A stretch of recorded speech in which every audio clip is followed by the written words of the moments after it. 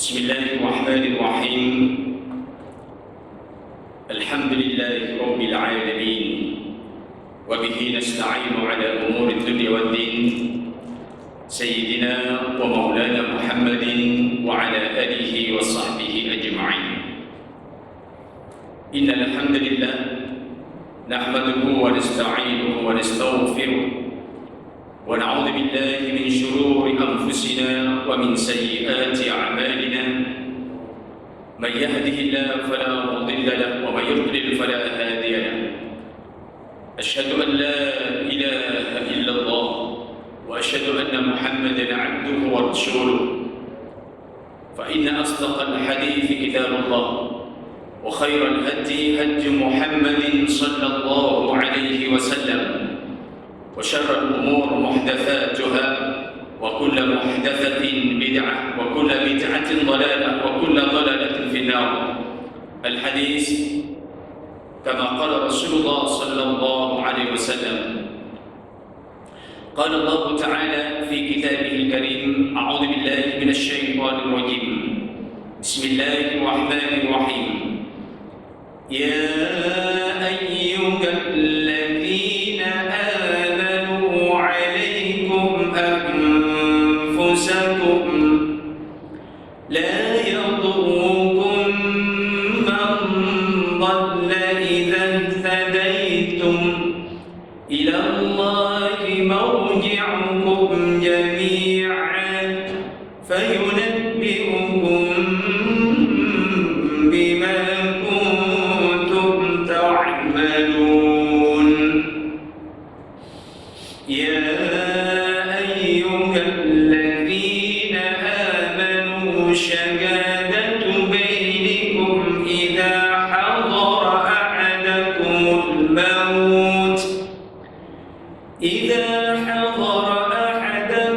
الموت حين الوصية اثنان ذوى عدل منكم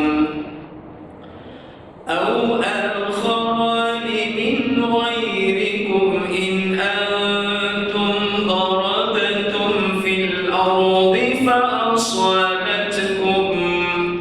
فأصابتكم مصيبة الموت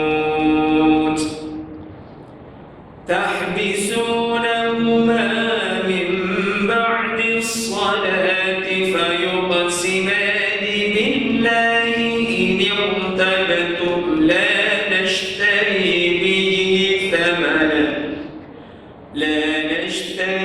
به ثمنا ولو كان ذا قربى ولا نكتم شهادة الله إنها إذا لمن الآثمين. صدق الله العظيم. Fadilatul Muhtaram Tuan Imam Al-Fadil Al-Muhtaram, guru saya yaitu Tuan Nazir Profesor Dr. Abdul Rahman Cik. Hadirin muslimin muslimat yang dirahmati Allah Subhanahu wa taala.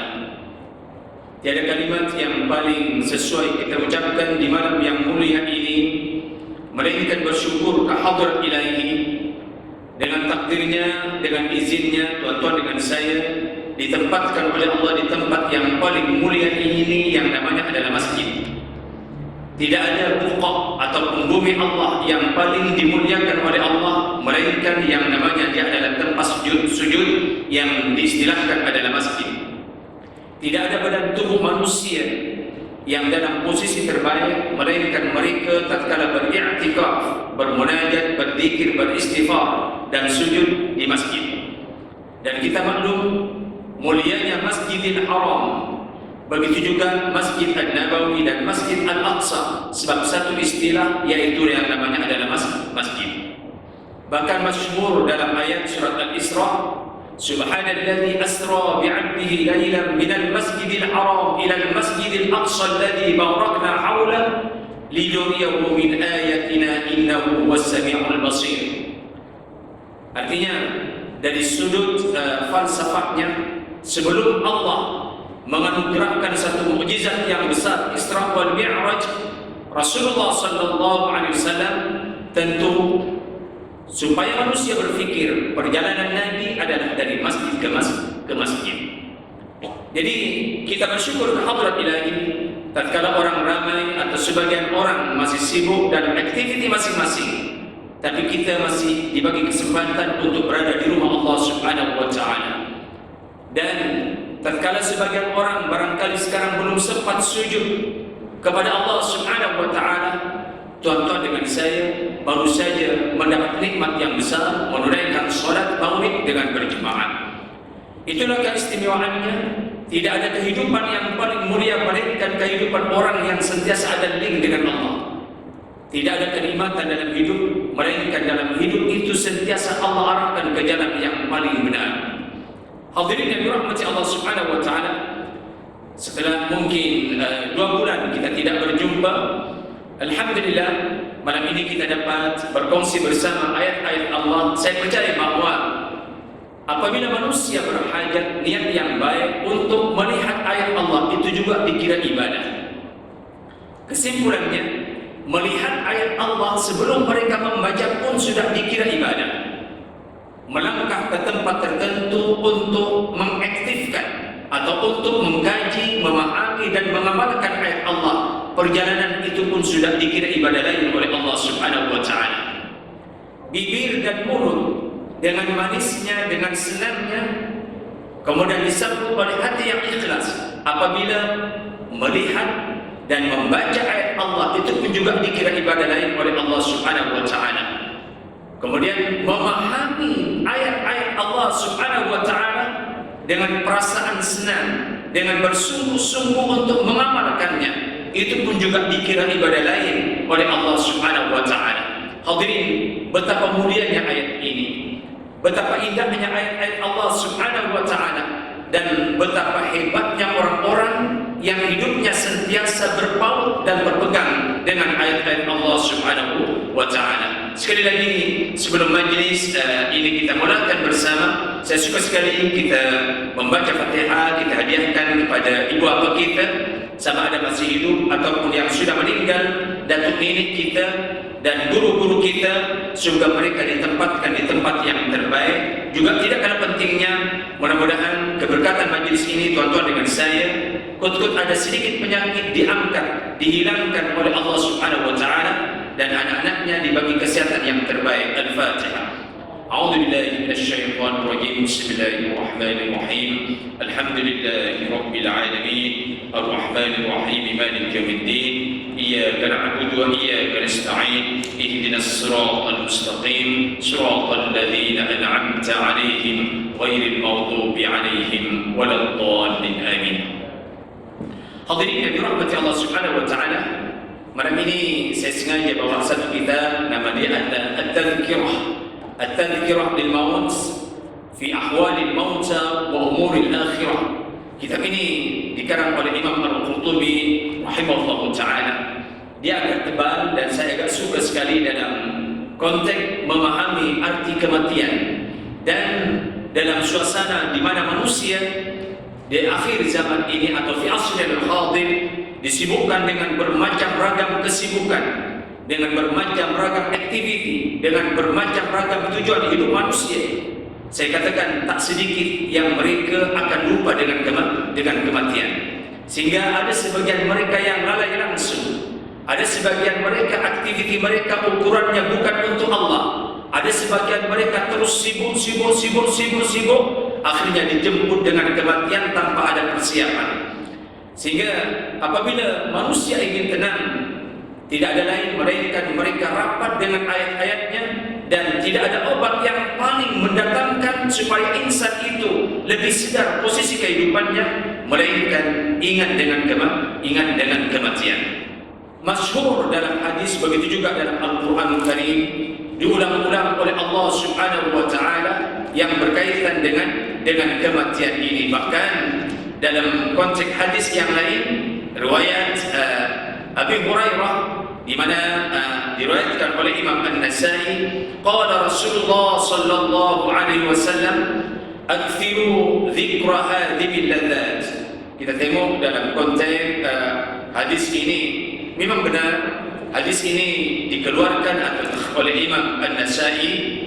Begitu juga sebagaimana Imam Ahmad pun juga meriwayatkan hadis ini, dan juga tidak kalah pentingnya Imam At-Tirmidzi, Imam Ibnu Majah, wa sahhahahu Al-Albani. Kemudian kita boleh juga dalam Sahih Ibnu Majah dalam hadis 3434.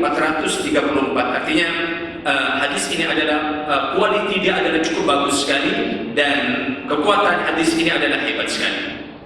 Walaupun agak pendek, tapi nampak sekali jelas. Akthiru dzikra hadhil ladzat, kata Nabi Muhammad sallallahu alaihi wasallam, hendaklah kamu semua terus menerus banyak mengingatkan diri dia supaya diri itu sendiri akan berhadapan dengan hadhil ladzat, yaitu sesuatu yang akan mencabut dari semua kesenangan. Tentu dalam ayat ini al-maut maksudnya adalah kematian. Kemudian sahabat dia bertanya langsung kepada Rasulullah sallallahu alaihi wasallam, "Qulna ya Rasulullah, wa ma hadhihi ladzat?" Apa yang dimaksudkan supaya ingat dan sentiasa ingat dan terus ingat kepada sesuatu yang akan mencabut dan menghilangkan semua bentuk kesenangan kehidupan? Qala al-maut. Dijawab oleh Rasulullah sallallahu alaihi wasallam supaya insan sentiasa ingat kepada kematian. Itu satu. Kemudian ada juga riwayat yang lain dari Ibnu Majah. Ini bersanadkan kepada Ibnu Umar, annahu qala, kuntu jalisan ma'a Rasulillah sallallahu alaihi wasallam. Suatu ketika, kata Ibnu Umar, saya duduk bersama Rasulullah sallallahu alaihi wasallam. Faja'ahu rajulun minal ansar. Tiba-tiba seorang sahabat Ansar datang mendekati Rasulullah sallallahu alaihi wasallam. Fasallam, kemudian dia bagi salam. Kepada siapa? Ala Nabi sallallahu alaihi wasallam. Tentu assalamualaikum atau assalamualaikum ya Rasulullah. Faqala, ya Rasulullah, wahai utusan Allah, ayyul mu'minina afdal. Ya, hebatnya para sahabat macam itu. Dia mesti akan berjumpa dengan Nabi, dia ada azab dan ingin yang terbaik. Dan selalunya sahabat itu, kebaikan itu bukan hanya untuk dia, tapi supaya dikongsi dengan orang lain. Maka itu soalan-soalan kepada Nabi, dia tidak bertele-tele dan dia tidak panjang, tapi kualitas soalan itu adalah cukup bagus. Soalan ini, ayyul mu'minina afdal. Tentu tuan-tuan dengan saya adalah orang mukmin atau orang yang beriman kepada Allah. Tapi dalam banyak-banyak orang yang beriman, dalam banyak-banyak orang yang muslim, dari banyak-banyak orang yang beramal, bermacam ragam amalan mereka, manakah mukmin yang paling hebat, yang paling berkualiti? Tentu qala ahsanuhum khuluqa. Jawaban Nabi itu cukup bagus sekali. Mukmin yang paling baik, mukmin yang paling berkualiti, mukmin yang paling banyak memberikan manfaat kepada orang lain adalah mukmin yang dapat mencerminkan akhlaknya yang paling baik. Sebab maklum kalau kita bahas dalam kitab-kitab yang dikarang oleh Imam Ghazali, khasnya Ihya Ulumuddin, betapa perincian tentang akhlak itu begitu luas sekali, sehingga tidak ada posisi ibadah yang tidak ada nilai akhlaknya. Kalau kita teliti dari konteks hadis atau konteks ayat, faman farada fihinna al-hajj fala rafatha wala fusuqa wala jidala fil hajj. Jadi Allah letakkan akhlak itu dulu.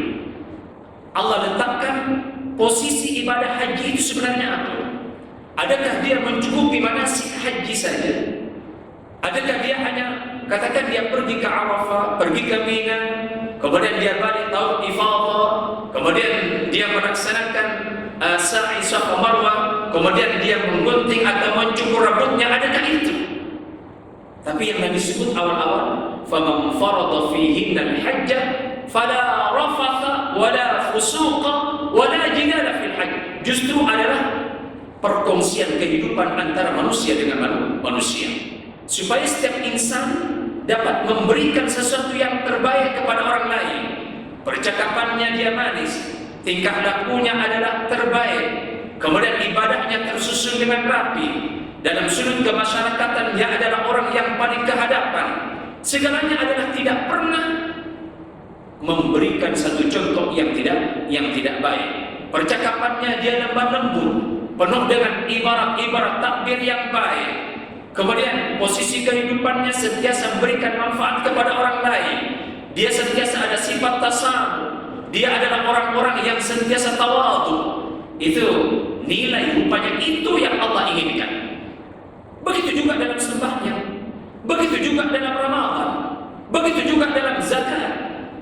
Kelihatan posisi itu ada hablum minallah, ada hablum minan nas. Jadi ini, maka itu apabila sahabat itu bertanya kepada Nabi tentang muslim mana yang terbaik, ahsanuhum khuluqa. Jadi seakan-akan apabila kita sujud kepada Allah Subhanahu wa taala atau rukuk atau kita takbir, apa yang kita nakkan sebenarnya? Apa yang kita inginkan dari sudut rukuk dan sujud itu sendiri? Tentu ada nilai, ada falsafah tersendiri dari itu. Begitu juga apabila kita merapatkan saf, begitu juga apabila kita mengeluarkan zakat, komfort. Di situ ada nilai-nilai kemanusiaan. Jadi ini jawaban yang disebut oleh Rasulullah Sallallahu Alaihi Wasallam. Kemudian hadis ini masyhur, mana-mana tuan biasa dengar. Itulah hebatnya sahabat. Dia nak lebih puas, nak lagi. Kenapa? Takut dia ada kekurangan. Sehingga dia tanya lagi kepada Rasulullah Sallallahu Alaihi Wasallam, fa ayyul mu'minina aqyas? Ya Rasulullah, orang mukmin yang mana yang paling cerdik, yang otaknya paling geliga, yang paling tajam? Mukmin yang mana ya Rasulullah? Al-aqyas, yang paling geliga, yang paling cerdik, yang paling pintar. Kemudian qala, inilah jawaban yang dibagi oleh Rasulullah sallallahu alaihi wasallam, aktsaruhum lil maut dzikran wa ahsanuhum lima ba'dahu isti'dadan ulaika al-aqyas. Tengok kekuatan di sini juga akhrajahu, di sini dikatakan bahwa Ibnu Majah, kemudian juzuk kedua hadis ke-4259, dan begitu juga wa hassanahu al-Albani. Jadi kalaupun istilahnya wa hassanahu tidak wa sahahahu, tapi kualiti hadis ini begitu tinggi sekali. Kemudian apa yang disebutkan oleh Nabi, rupanya dia bukan perkara yang jauh, tapi sesuatu yang mesti setiap orang menghadapinya. Aktsaruhum dzikran lil maut. Jadi ya kalau kita fikir untuk diri saya dan lain sebagainya, berapa peratus dalam 24 jam yang kita betul-betul ingat mati? Dan apa bukti ingat mati?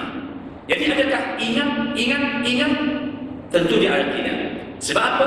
Rupanya apabila manusia selalu ingat kematian, tentu apabila ibadah, dia ingin ibadah yang terbaik. Komfort itu. Sehingga ada satu ungkapan yang agak cantik itu, dikatakan bahwa di mana ish kariman au mut syahidan. Itu satu.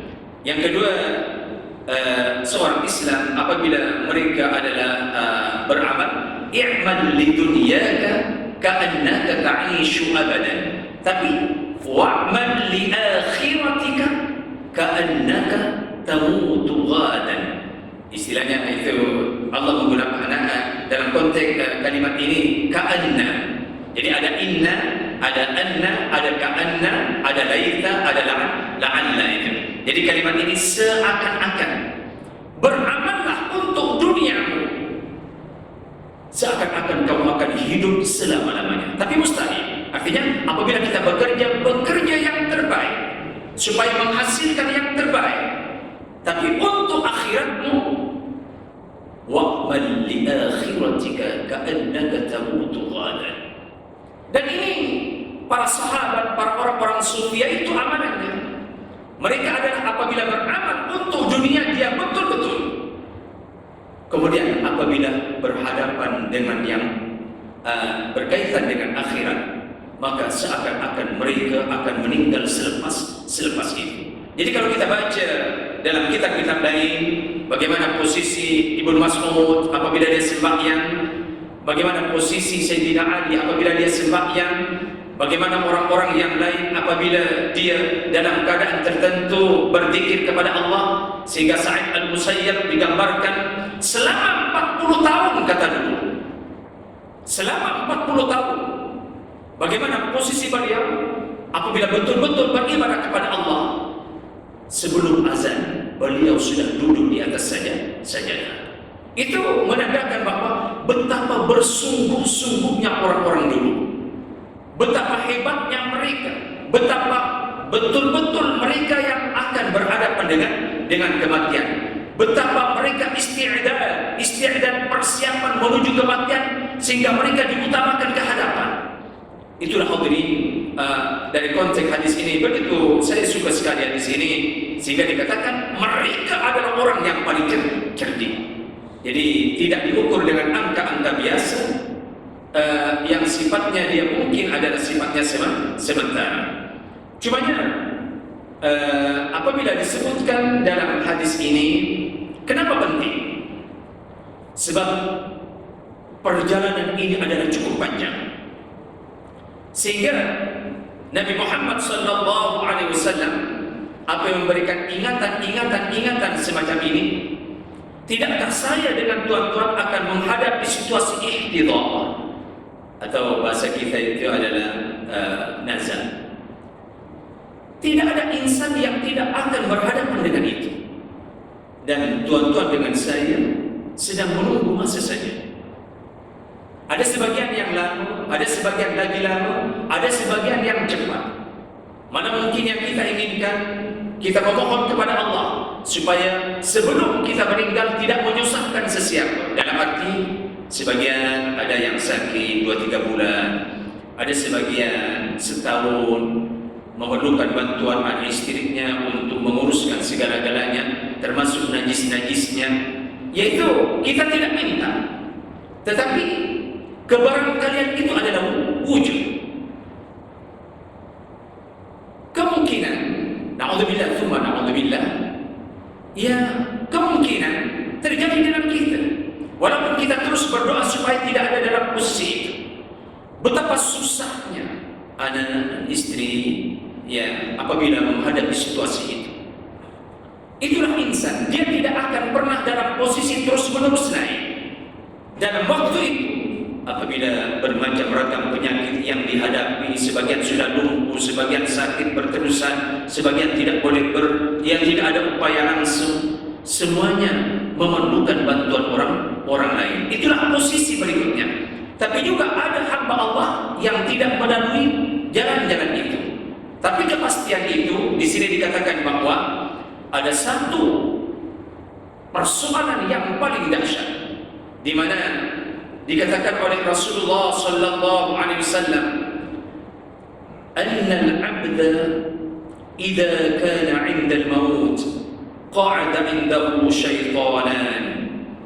Ini satu gambaran yang cukup bagus, di mana apabila manusia sudah dalam keadaan nazar, dalam keadaan paling lemah, dulu kita boleh bercakap di mana-mana, dulu kita boleh memarahkan sesiapa, dulu kita boleh memberikan apapun yang kita inginkan. Dulu waktu muda dan waktu-waktu itu, tatkala kita ada macam-macam kekuasaan yang ada, bebas mengarahkan, bebas memberikan arahan dan sebagainya. Tapi posisi itu adalah tetap sementara. Rupanya apabila manusia sudah dalam keadaan nazar, dia tidak nazar saja. Qa'ada indahu syaitanan, dia mesti akan ada 2 syaitan. Tentu matlamat syaitan tidak ada lain melainkan supaya jenazah ini mati dalam keadaan tidak baik. Sebab syaitan dicipta memang untuk itu. Al-wahid an yaminihi wal akhar an shimalihi. Kemudian yang satu berada di sebelah kanan, yang satu berada di sebelah kiri. Kita tak pasti sama ada orang yang nazar ini nampak atau tidak. Tapi macam itulah jahatnya syaitan. seakan-akan sejak lahir lagi sudah dikacau oleh syaitan sampai dia hampir meninggal. Kemudian falladhi an yaminihi ala sifati abi, syaitan yang berada di sebelah kanan, dia menyerupai sifat dan wajah ayahnya. Yaqulu lahu, dan dia akan berkata kepada orang yang dalam keadaan lemah ini, ya bunayya. Ya, bahasa ini kan cantik. Ya bunayya itu, ya itu adalah huruf nida.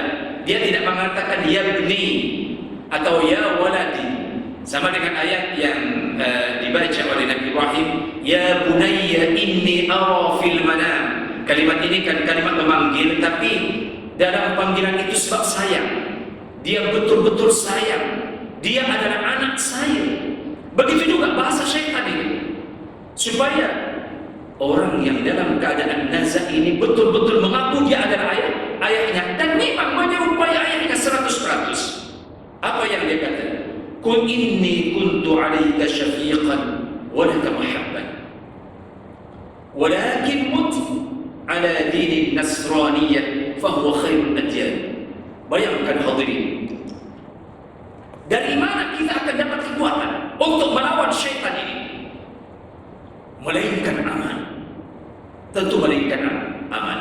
Ataupun sebagian orang lain, ya melainkan Imam Malik, melainkan Imam Malik. Jadi kan ya sebagian dibacakan Yasin, kemudian macam-macam dibacakan ayat-ayat Al-Quran tatkala ada orang nazak. Kemudian ya kalau memang terlalu lama dibacakan surat Ar-Ra'd, kata pandangan Profesor Dr. Wahbah Az-Zuhaili, supaya keadaannya tidak terlalu terang. Jadi kalau memang jenazah lambat sangat, ya bukan kita nak dia meninggal, tapi ada satu kitab Fiqhul Islam wa Adillatuhu juzuk kedua itu, Profesor Wahbah Az-Zuhaili itu memberikan cara-cara itu. Jadi di antaranya supaya tidak terlalu tersiksa orang yang dalam keadaan nazar.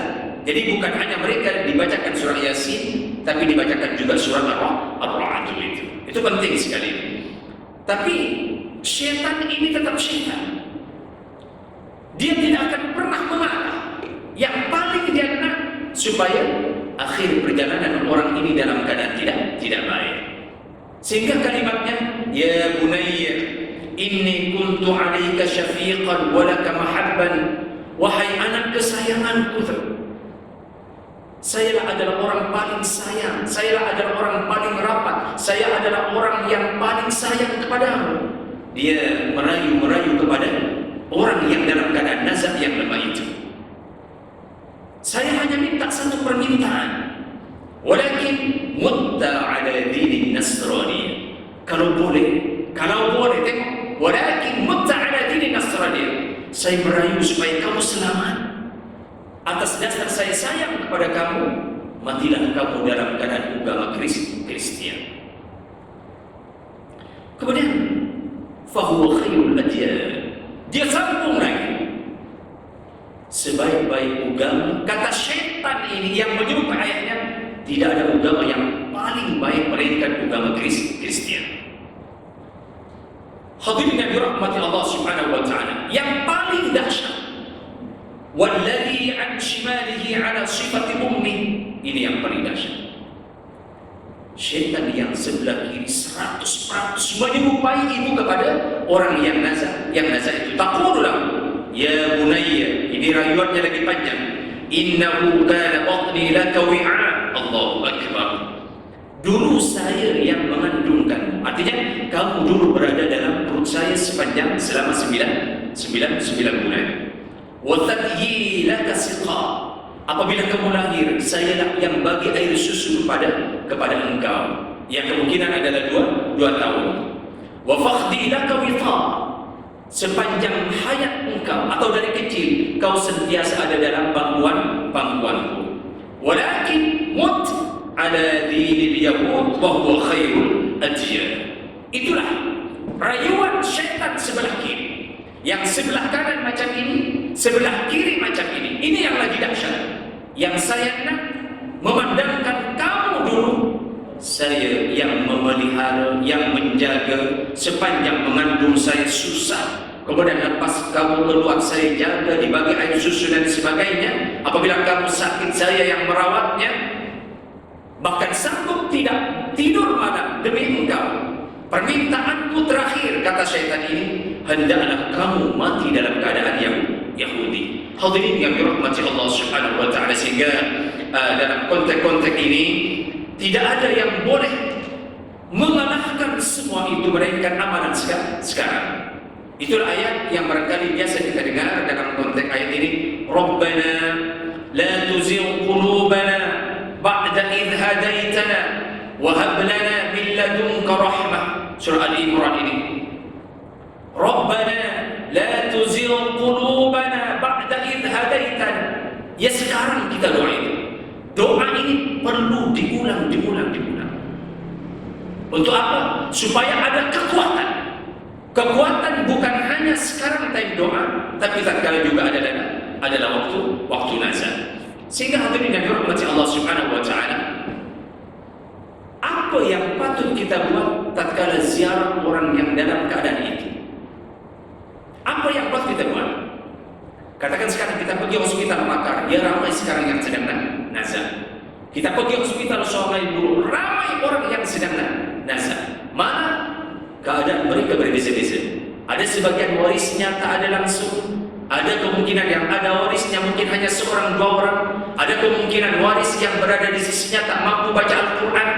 Macam-macam keadaannya. Hadirin yang dirahmati Allah Subhanahu wa taala, Imam Al-Qurtubi dalam penyusunan ayat ini ada satu ungkapan daripada, ini riwayat Muslim, daripada Ummi Salamah radhiyallahu anha qalat, qala Rasulullah sallallahu alaihi wasallam, idza hadartum al-marid. Itu ya, ini perlu mungkin anak-anak kita dibagi tahu maklumat semacam ini, terutamanya apabila kita sendiri dalam keadaan kemungkinan ke arah itu. Apa kata Nabi? Apabila kamu sedang hadir atau menziarahi orang yang dalam keadaan sakit, senang aja.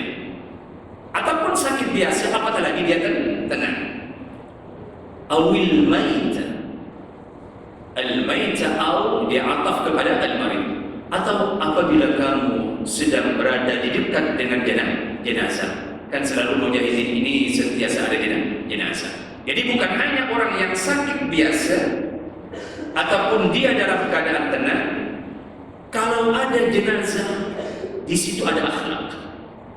Ataupun tengah menengok kawan yang dalam keadaan tenang, di sana ada akhlak. Ada cara dia. Apa yang Nabi suruh? Faqulu khairan. Hendaklah cakap yang baik saja. Kenapa? Fa innal malaikata yu'minuna 'ala ma taqulun. Ini sama dengan hadis dalam kitab Riyadhus Shalihin. Ini sama, 100% sama. Fa innal malaikata yu'minuna 'ala ma taqulun. Kenapa penting apabila menziarahi orang yang sakit, orang yang menziarahi itu mesti cakap yang baik-baik. Ya, kalau orang tak paham kan macam-macam.